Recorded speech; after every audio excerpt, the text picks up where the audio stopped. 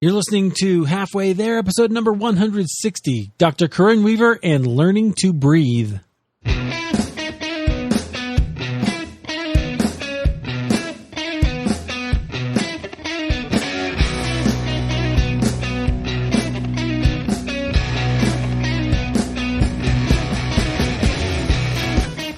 Hey, my friends, welcome to another episode of Halfway There. I'm your host, Eric Nevins. This, of course, is the show where we have honest conversations with ordinary Christians about today's Christian experience. I can't wait to bring you this one.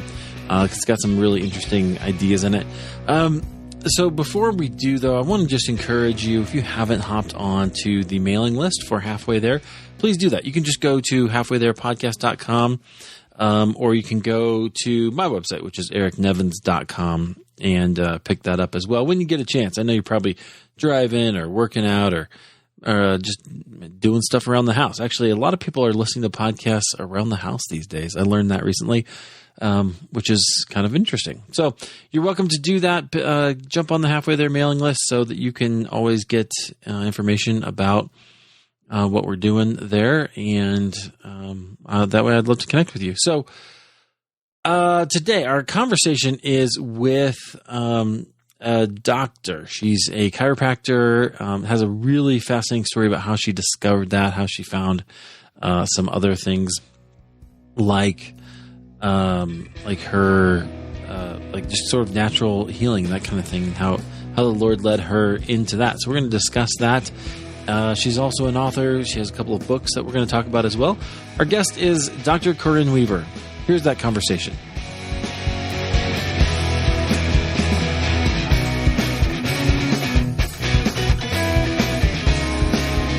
Corinne, welcome to Halfway There. Thank you so much, Eric, for having me on the show. I'm excited. I am glad to make the connection. You've been very patient and very kind. We met at New Media Summit, which I always like to just mention when I have a guest from New Media Summit, because it was a great place to just make some good connections for people with people who you otherwise wouldn't get to meet. Oh yeah, it was a really neat experience. Yeah, it was fun, and it's coming up here as well. So that's good. A little shout out for our friend Steve Olsher. Let's get into your story though. I want to know a little bit about just kind of where you are and what God has you doing right now, and then from there we'll go back. Okay. I was 10 years old riding my brand new pink bicycle, and all of a sudden one of those nasty horseflies landed on my shoulder, and I reached over to knock it off, and next thing I know, I'm flying over my handlebars, landed right on my face, busted out my front teeth, and from that day on, I started developing major health problems where I couldn't breathe. So I had asthma and allergies, and my parents, really didn't know what to do other than take me to my medical doctors, my pediatricians, and asthma and allergy specialists. And they did the best job that they could to keep me alive with hooking me up to different machines. Then I had a machine I was using morning and night, along with getting allergy shots and living on inhaler throughout the day. And then my wonderful uncle, his name is Amazon John Easterling. He's married to Olivia Newton-John, and he would literally come in from the Amazon rainforest, not Amazon.com, what people get confused to. Yeah. Because Amazon's just gotten so big. But he would literally come in from the rainforest, and he's bringing in me some wonderful plants and different herbs and things like that. And he would make me these tinctures and make me these teas. And I would be taking a kitchen towel and putting it over my head and breathing that in. And that was the first introduction to like natural healing. And he would tell me that, breathe in eucalyptus and do some things like that to try to help me from going back and forth to the hospital.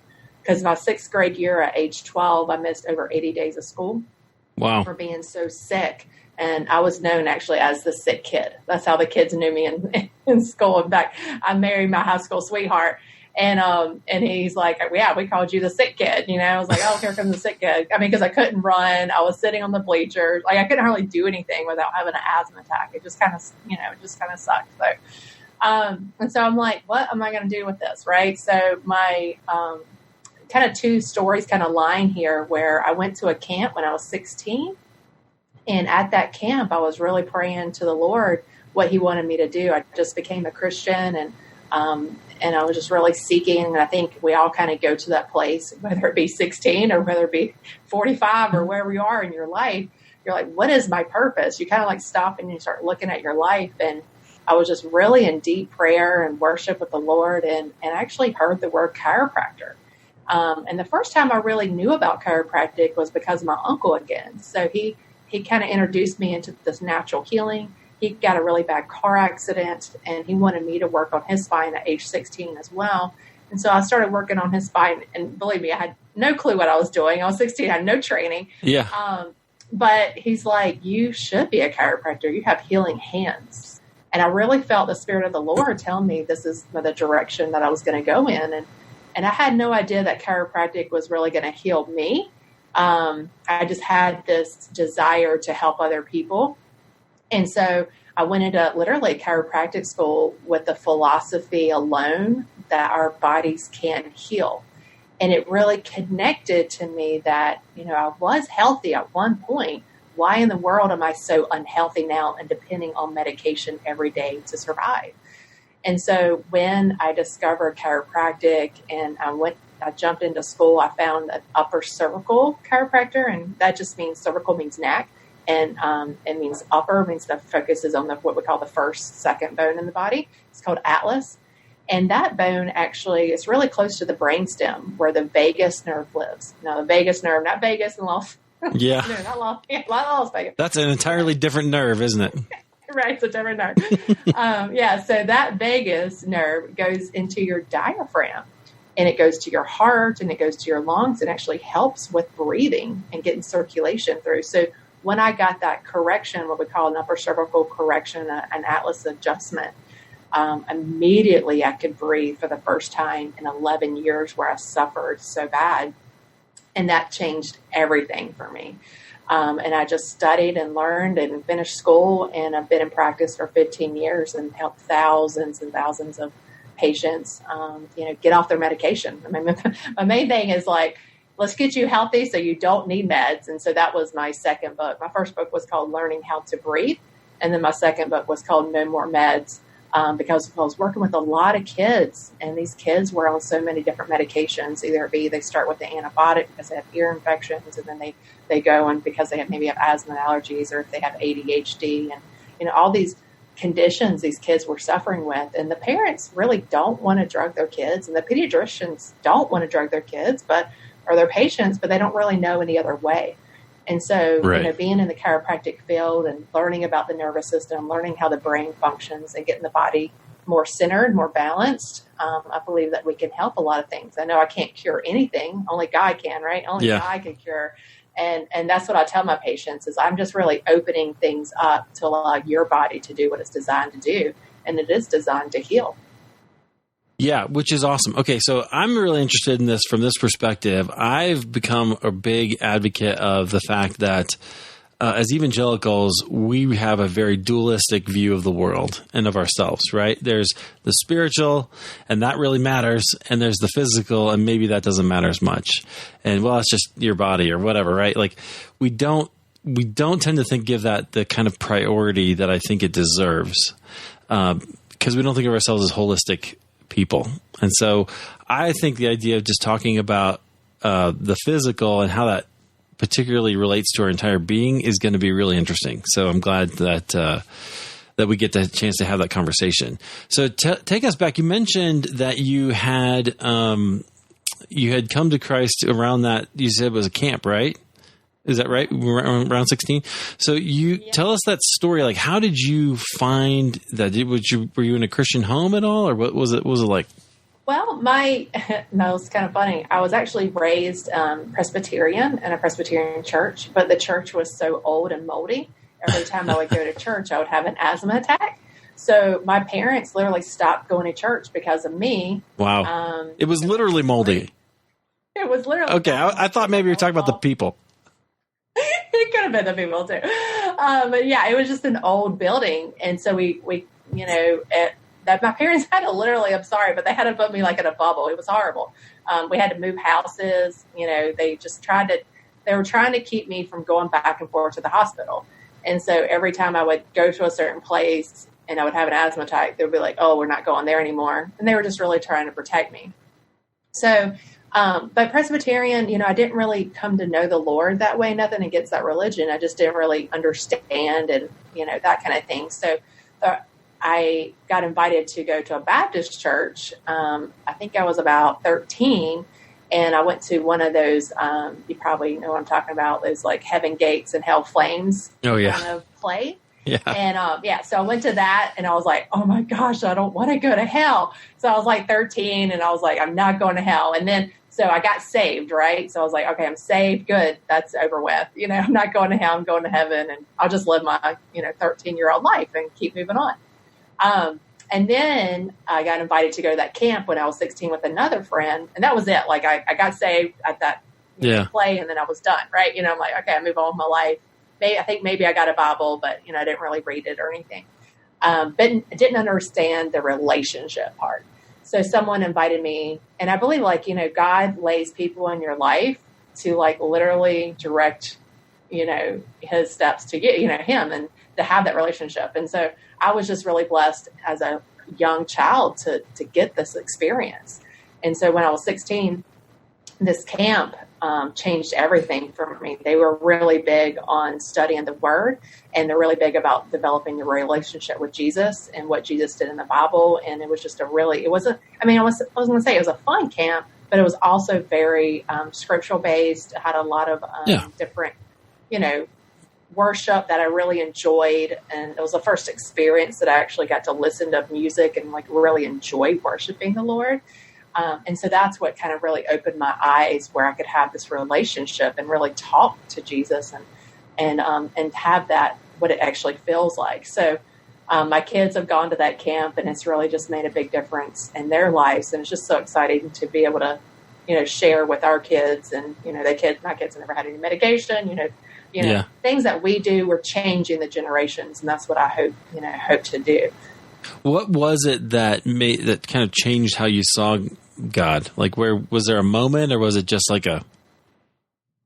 Yeah, it was just this deep, deep desire that I felt that, I was always a good kid. I never had, I was not the get into trouble kind. I followed my parents' directions. I didn't want to get in trouble. So I was just one of those probably every parent's dream kid.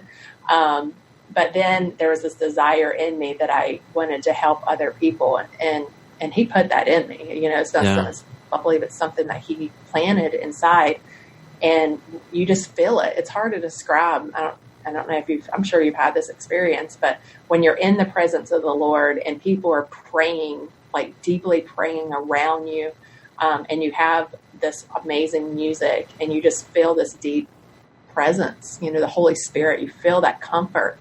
And there were just tears running down my eyes. And then I just had, I don't know if you ever had visions from the Lord, but I heard the word chiropractor, and I saw visions. And I would go back and I would write it down and draw it out.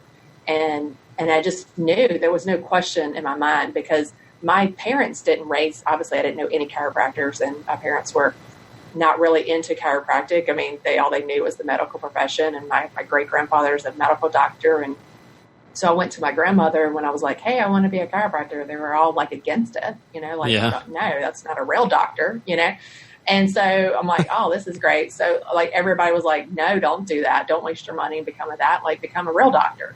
And it's but I knew this was the direction for me. And then, like I said, when I actually got my first chiropractic adjustment, I was like, why is not everybody getting this? And why is this not trained? And why do people not know about this? Because it just made such a big difference in my life. Okay. So anyway, so it sounds like you're doing some really cool work, and you've really grown your business, which is really interesting. I want to know more about your personal journey. So what was the time frame between when you came to Christ and you first got that adjustment that sort of changed your life and made you go, oh, this is actually really restorative? Yeah. So I was 16 when, God spoke that on me, and it was 21 when I actually got my first chiropractic adjustment. So 5 years. Yeah. So, back then you didn't really have the internet. So it's literally going to the library studying chiropractic. But now it's so much you can And I think people get confused now because there's so much information. So when you Google just the word chiropractor, there's like a million things that come up, right? Right. And it's just hard to, when I see patients and they do try to heal themselves, I guess, they're like, I've been here, I've been there, I've tried this and tried that. And they just come really confused. And so I really try to break it down to make it as simple as possible, because God really did not want any of this to be so complicated. He really wanted us to be still and know that He's God, right? And there's so many people today that suffer with anxiety and depression. And a lot of that comes from, I think, the confusion, that spiritual, battle that we deal with. And so I do address that on balancing that out. In fact, I was with a kid just about a couple hours ago. And the whole reason the mom's bringing her in is because she has ADHD and she has severe anxiety. And so I have half of my office is designed to rest and relax with like soothing music. And then we have beds that we lay on, we have blankets and stuff like that. And so after I do a real easy massage chiropractic adjustment, then I put them back there and we talk about breathing techniques that they can do, throughout the day or even at night. And, this child was explaining to me how she can't sleep at night and she has nightmares and, all of this anxiety comes upon. I mean, this is a 9-year-old I'm talking to. And so we talk through those things and the breathing techniques. And I also use, I don't know if you've heard of essential oils. Oh, yeah. I don't know if you ever know anything about essential oils or different plants. And yeah, so chamomile tea and magnesium, Epsom salt baths, lavender, different things I use that God's created. I mean, there's so many different plants that God's created. And so I've trained a lot on herbs.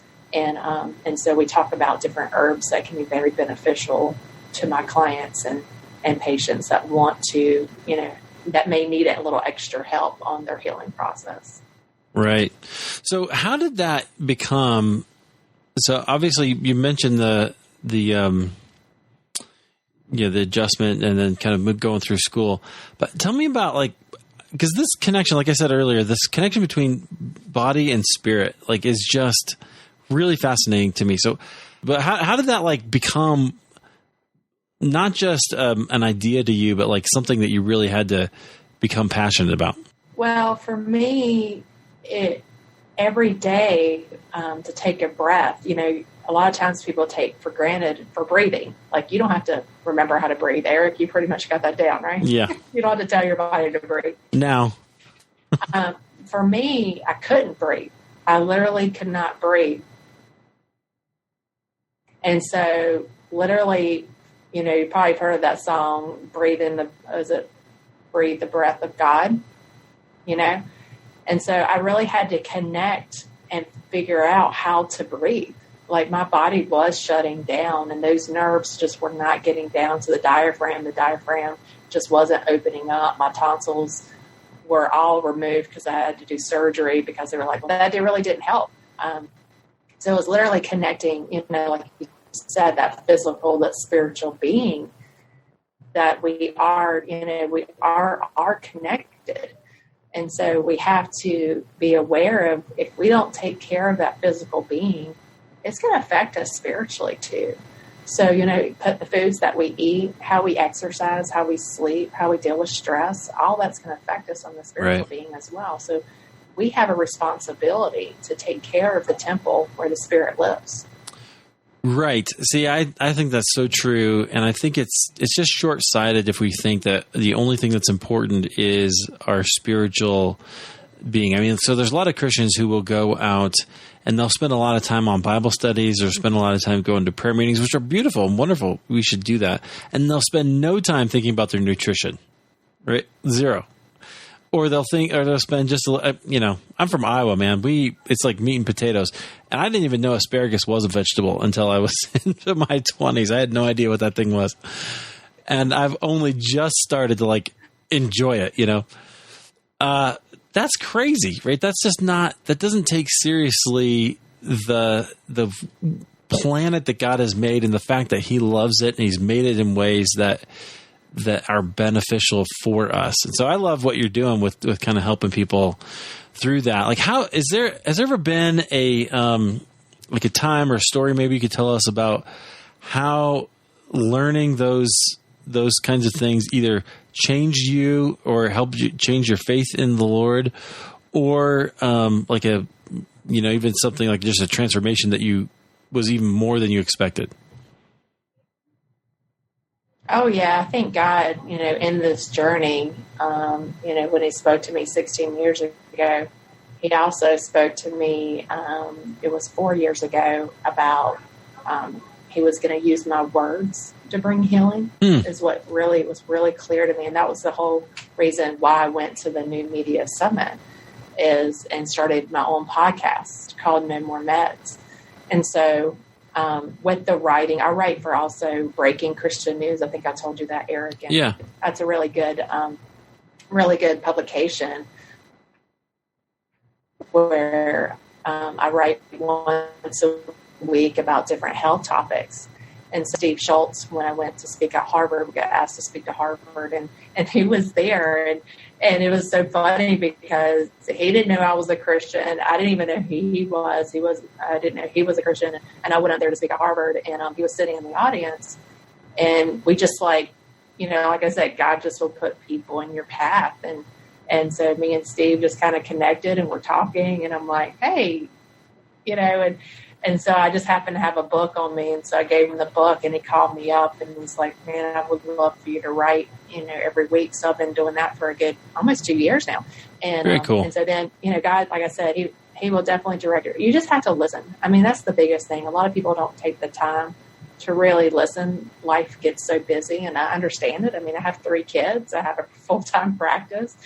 But I make time every day, at least an hour a day, in quiet time. Either it be worshiping, whether it be, reading scripture, or just be complete silence and doing some breathing techniques to hear from the Lord. Because I really don't want to move into another step, and especially a big step, without waiting on the Lord, because he will time everything perfectly. We just have to have that patience. Right. I think we do. It's interesting. There's a really interesting tension there, I think, sometimes, because sometimes we just need to move, right? We just got to go and do the thing that we know we need to do. And sometimes we just need to wait. And knowing like when those times are can be tricky. Oh yeah. I know exactly what you're talking about. and when you need to move, God will continue to push and push and push you, and you just like, okay, I'll do it, Right. And usually those are the things that you don't want to do, right? Right.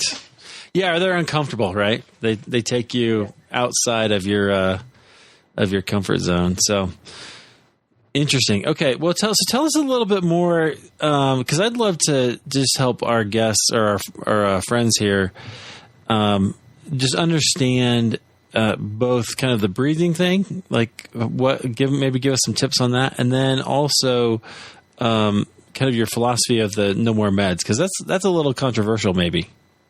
Yeah, it's a little controversial. Yeah, I'm not saying no meds. I'm just saying no more meds.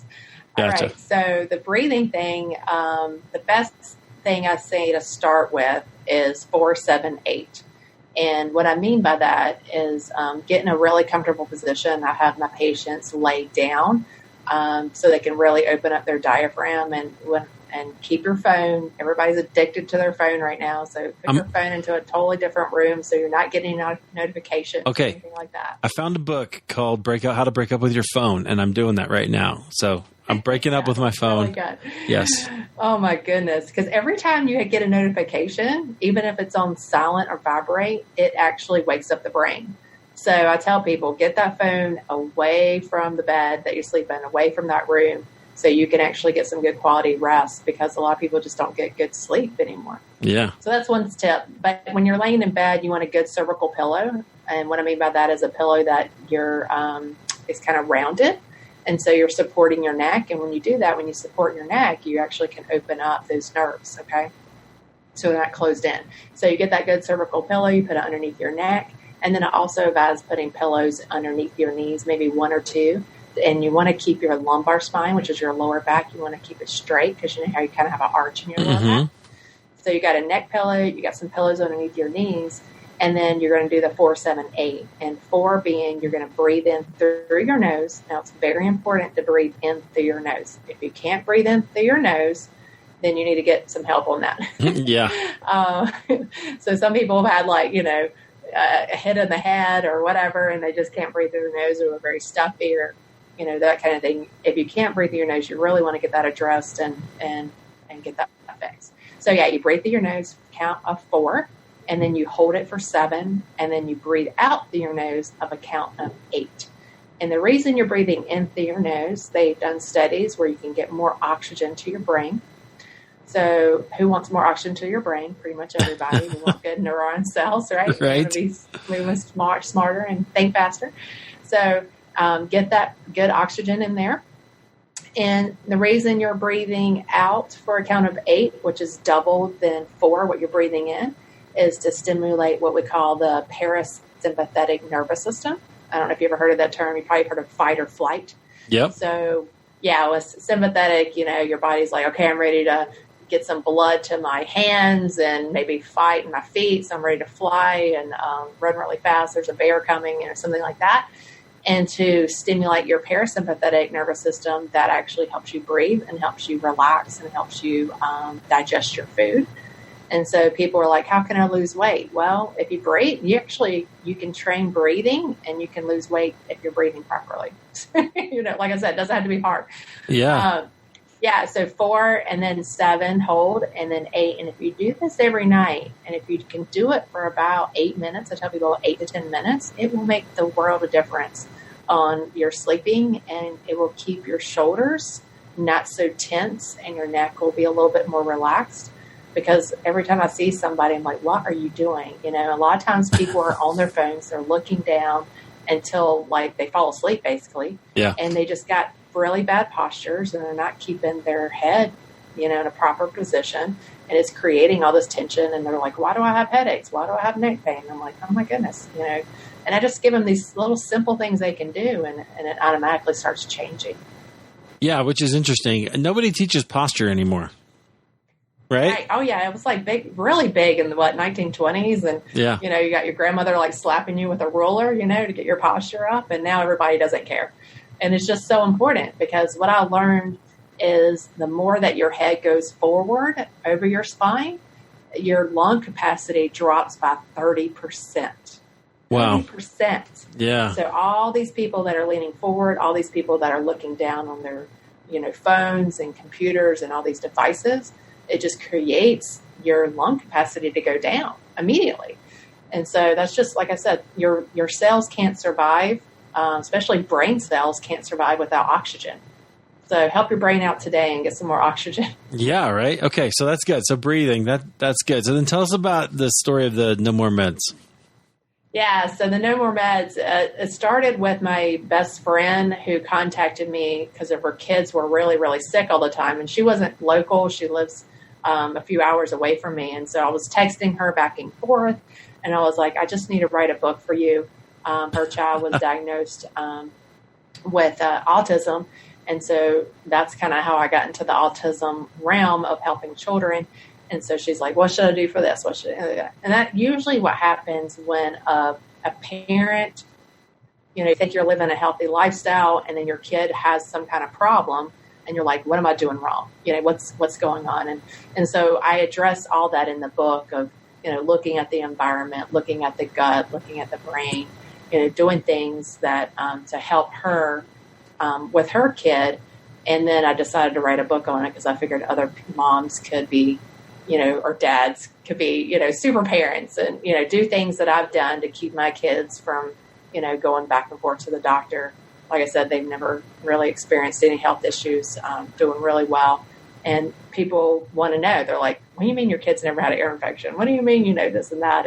And so I like to educate and, teach them. I know they can't do all of it, but at least they'll be able to go have a source that they can go to and reach out for help and not depend on, hey, I have a headache, let me just pop a pill. Right. So my whole point of it is, we're brainwashed to think, and I was brainwashed. My parents were brainwashed to think, okay, well, she's got a problem. She got a symptom. Let's cover it up. Let's give her some inhalers. Let's go steroid shots. Let's take her tonsils out. Let's do all these things. And it never really got down to the root cause of the problem. And so once my spine got corrected and I had food allergies that the food allergy doctor didn't find at the time, because people didn't really know about food allergies back then. I mean, we kind of knew about the anaphylactic ones, which I did have some anaphylactic ones, which we knew about. Yeah. But I actually did have some other issues that was causing inflammation. And for me, it was dairy and gluten. And once I eliminated dairy and gluten, man, I could really, really start to breathe a lot better, and all my sinus infections. And I mean, I was on tons of antibiotics. Yeah. All the sinus infections I was getting. So, working on repairing my gut and all the damage that was done. I love helping parents that are motivated to make some lifestyle changes for their families. Yeah, very cool. That's really, really important. I think I love that. Just the idea of taking care of those things. So this is just a personal question. All right. So you can practice on me now. But so I used to love milk. Like, I love milk. I would drink, it was all the time. I'd have a bowl of cereal every night, which is bad for me, but I would do it. And I figured out, I started going on this diet, and I was doing like smoothies, and I was doing almond milk, and I almost completely got rid of milk. And then now when I drink milk, it hates me. And I'm like, but this has never happened before. What happened here? I don't know what happened. So I've given it up, but mostly. Probably what happened is your body got used to it. So you're drink, like if you just drink a little bit of poison every day. Yeah. Let's say, and your body just kind of deals with it and gets used to it. And even though you think it's not a problem, it's underlying probably causing some inflammation. And then when you completely get rid of it, and then you introduce it again, your body's like, hold on now, why are we going back to that? I'm just letting you know, that was poison. You shouldn't do that to me again. Right, don't do that. Isn't that interesting? Yeah. Yeah, it's pretty cool. All right, well, no more Frosted Flakes at 10 at night. All right. Right. Note to self. That's not a good practice anyway. Yeah. They do make healthier cereals now, from the 80s. I know, but why? Like, why? I know Frosted Flakes is really good. It's one that I grew up on. Our 80s, I don't know how old you are, but I grew up in the 80s. And so that was just, the diet was just horrible. That's when like TV dinners were big. Remember that? Hot Pockets were going, all of those healthy foods, right? And we didn't think, back in the 80s, you didn't think that food was a problem. And then in the 90s, I remember my uncle literally coming to my house, and the bunny, I don't know if you ever bought that white bread. It's called bunny bread. Okay. And so we lived on that bunny bread, like the white soft bread. Oh yeah, it's the best. It's like mayonnaise sandwiches, tomatoes. Oh yeah. And so he would come in, and he didn't really know why, but he would take that bread and he would like squish it. And he would just like squish it, and he'd be like, do not eat this. It's not good for you. And I'm like, what? What's wrong with bunny bread?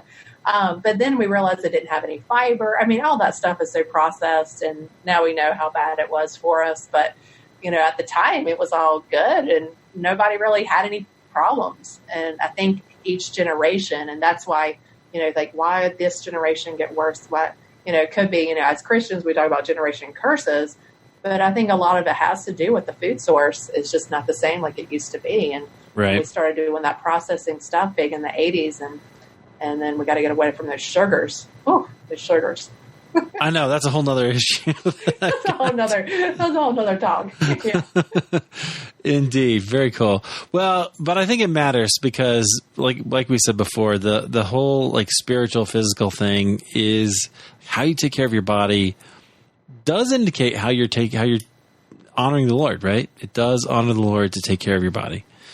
And once you become a Christian, and once then you want to tell other people, but you also don't want to go back, right? It's like, okay, yeah. I know now, and now I have to be held responsible for that knowing. And so that's, I guess, challenging as a doctor, because I don't feel like I know everything, but gosh, when the more I learn, the more I don't know. But the more I learn too, I know I have to have that responsibility to take care of myself and my family.